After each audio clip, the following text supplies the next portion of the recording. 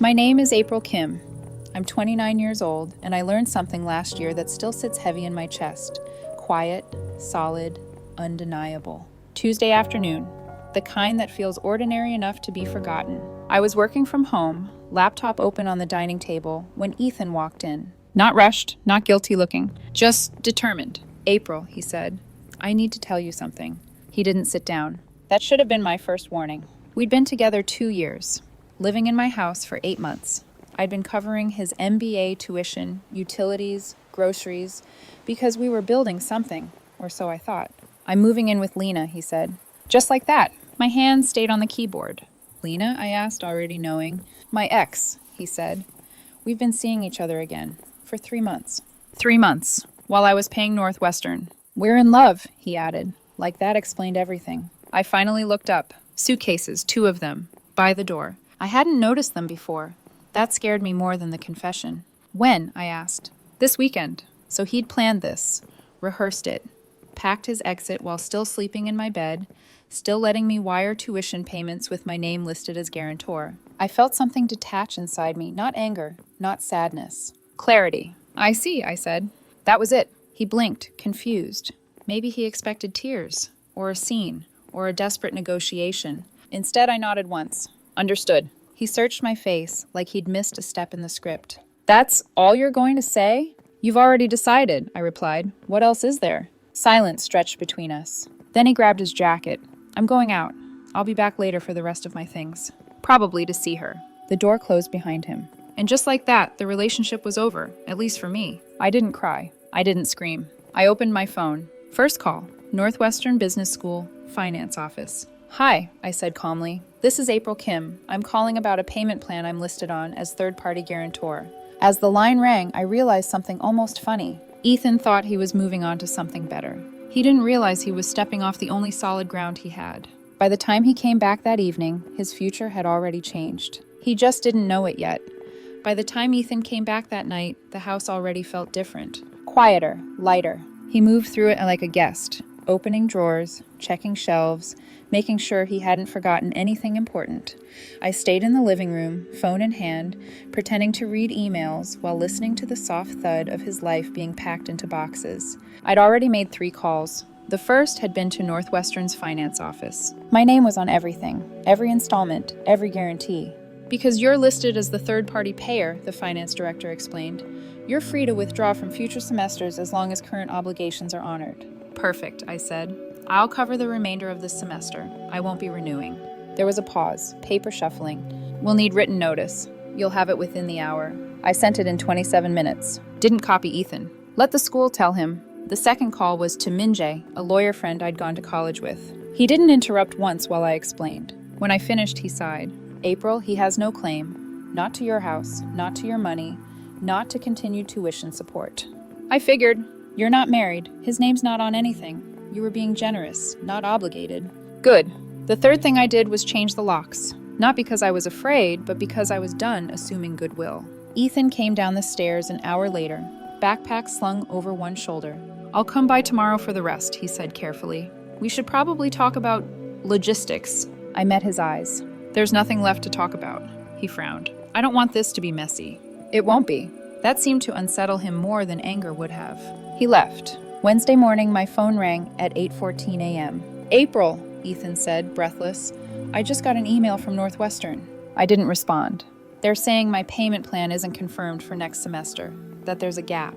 Yes, you're listed as the guarantor. This has to be a mistake. It's not. There was a beat of silence. You pulled out? I withdrew from future obligations, like you withdrew from this relationship. That's not the same thing, he said sharply. I'm halfway through the program. And halfway through cheating, I replied calmly. You can't just stop paying. I already did. His voice dropped. April, this is cruel. No, I said, this is accurate. He tried again, softer this time. Lena and I are still figuring things out. We're just taking a leap. That's exciting, I said. She can help you figure out tuition. The call ended with him swearing under his breath. Thursday afternoon, the panic showed up in person. Ethan stood on my porch, hair uncombed, eyes red. I made a mistake, he said before I could speak. Lena isn't who she said she was. I didn't invite him in. Explain. She told me she was consulting full-time, that she had clients. April, she lives in a one-bedroom with a roommate who drives rideshare. I nodded. So the money wasn't real? No, none of it. And now? She says I can't stay there anymore. It's too crowded. I watched the realization hit him. The fantasy hadn't just cracked. It had evaporated. I need help, he said quietly. Just until I figure this out. You already figured it out, I replied. You just don't like the answer. His eyes filled. Not performative. Real. If I can't show proof of funding, they'll block my registration. You should have thought about that before packing your bags. He left without another word. That night, an unknown number texted me. This is Lena. You're being unfair. He wouldn't be in this position if you weren't trying to punish him. I blocked it. By Friday, Ethan had nowhere to live, no tuition plan, and no rich ex to rescue him. And somehow, he still thought this was my fault. By Monday morning, the narrative started shifting. Not for me, but around me. I woke up to 6 missed calls from Ethan, 3 voicemails, all progressively less controlled. April, please call me back. We need to talk. This is getting serious. I don't know what to do. I listened to them once, then deleted them. At 11:37 a.m., he showed up again. No suitcase this time, just himself. I'm not asking to move back in, he said quickly, like he'd rehearsed it in the car. I just need help figuring out a plan. You had a plan, I said. It involved Lena and my money. That's not fair. What part isn't accurate? He opened his mouth, closed it. Then came the truth. She told me you'd be emotional, he said, that you'd calm down, that you wouldn't really cut me off. There it was, the assumption. She said you loved me too much. I felt something sharp settle into place. So you planned this, I said slowly, believing I'd keep paying. I didn't plan. You packed your bags, I cut in. You announced your love for another woman. You moved out, and you expected the funding to continue. His silence answered for him. I can fix this, he said finally. I ended things with her. Because she's broke, I replied. Not because you were wrong. He flinched. April, please, I'll do anything. Anything except go back in time and make a different choice. He reached out instinctively, then stopped himself. I don't even have a place to stay, he admitted. I'm crashing on a friend's couch. That's temporary, I said. So was our relationship. His voice cracked. I ruined everything. Yes, I said gently. You did. Tuesday brought reinforcements. His mother called first. April, honey, she said. Ethan told me what happened. He probably did. He's under so much stress. You know how hard this program is. I do, I replied. I was paying for it. He made a mistake, she said. People do that when they're confused. He wasn't confused, I said. He was confident. Silence. You can't let this destroy his future, she pressed. I'm not destroying anything. I'm just not funding it. That's heartless. Heartless would have been pretending everything was fine while he cheated. I chose honesty. She hung up on me. Wednesday, his friends started texting. Long messages about how Ethan was spiraling, how he wasn't sleeping, how Lena had manipulated him. No one mentioned the 3 months of lies. That afternoon, Ethan emailed me. A spreadsheet. Every dollar itemized. Tuition, fees, rent estimates. $49,300 remaining. His proposal. I loaned him the money. 5-year repayment. Minimal interest. My reply was 1 sentence. No. His response came fast. You're destroying my life over one mistake. I typed back slowly. You destroyed your own life when you built it on money that wasn't yours. Thursday night, he sent one last message. I know I hurt you, but don't let this end everything, please. I stared at the screen for a long time. Then I blocked him. Friday, the news came through mutual friends. Ethan had been placed on leave of absence. No funding, no registration. Lena was gone. His friends were tired. His couch privileges were running out. He moved back in with his parents. The man who thought he was upgrading his life had lost every version of it. And I still hadn't raised my voice once. The silence lasted exactly 3 days. That's how long it took for the story to mutate. By Monday, Ethan wasn't the man who cheated and gambled his future. He was the victim. I heard it first from Mina, a mutual friend who actually bothered to ask. Ethan says you cut him off to punish him, she said carefully. That you knew he couldn't finish school without you. I knew, I replied. That's why I didn't cheat. There was a pause. I figured there was more to it, she said. I just wanted to hear it from you. I told her the timeline. Tuesday confession. Tuesday withdrawal. 3 months of overlap. She exhaled slowly. Yeah, that's not revenge. That's cause and effect. Not everyone was that reasonable. Tuesday morning, I received a letter. Not an email, a printed letter. From a law office I'd never heard of. The language was dramatic, clumsy, and aggressively moral. It claimed I had created a reasonable expectation of continued support and that withdrawing tuition constituted financial abandonment. I sent a photo of it to Minjay. He called me laughing. April, this isn't even formatted correctly, he said.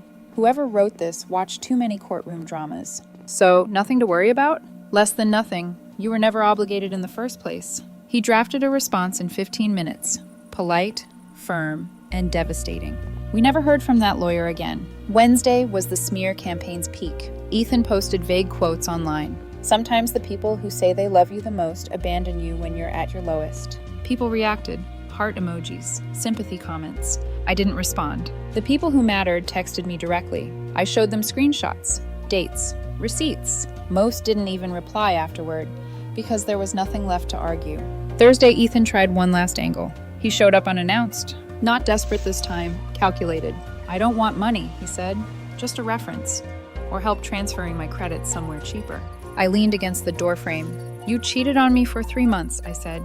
You left me for your ex. You expected me to fund that decision, and now you want professional favors. He swallowed. Don't you want me to succeed? I want you to understand that success isn't subsidized by people you betray. His voice dropped. You're really done. I was done the day you packed your bags. He nodded slowly. This time he didn't ask for a hug. By Friday, the narrative had fully collapsed. People noticed that Lena had vanished, that Ethan was back in his childhood bedroom, that the MBA hiatus wasn't temporary. And quietly, without me lifting a finger, the truth replaced the story. 3 months passed, long enough for the noise to die down, long enough for the truth to settle where it belonged. Ethan disappeared from my daily thoughts faster than I expected. Not because I forgave him, but because I no longer needed to process him.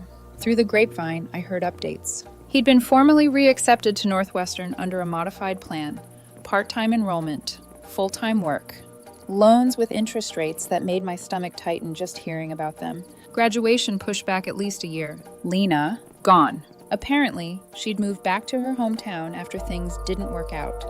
The consulting firm she'd talked about never existed. The clients were imaginary. The confidence had been rented. Ethan stopped postings online after someone commented, "Didn't your girlfriend pay for your MBA?" I never confirmed it.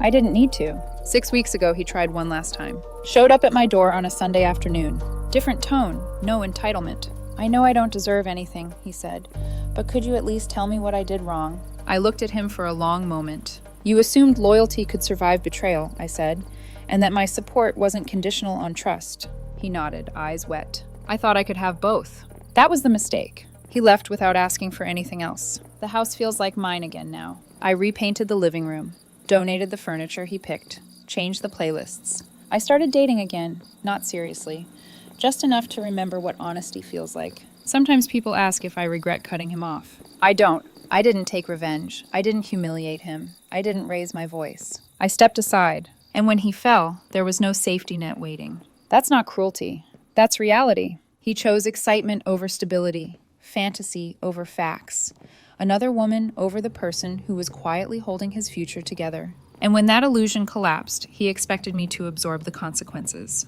I didn't. I learned something valuable instead. When someone shows you who they are, believe them the first time. Protect your peace, protect your boundaries, and never fund a life that excludes you.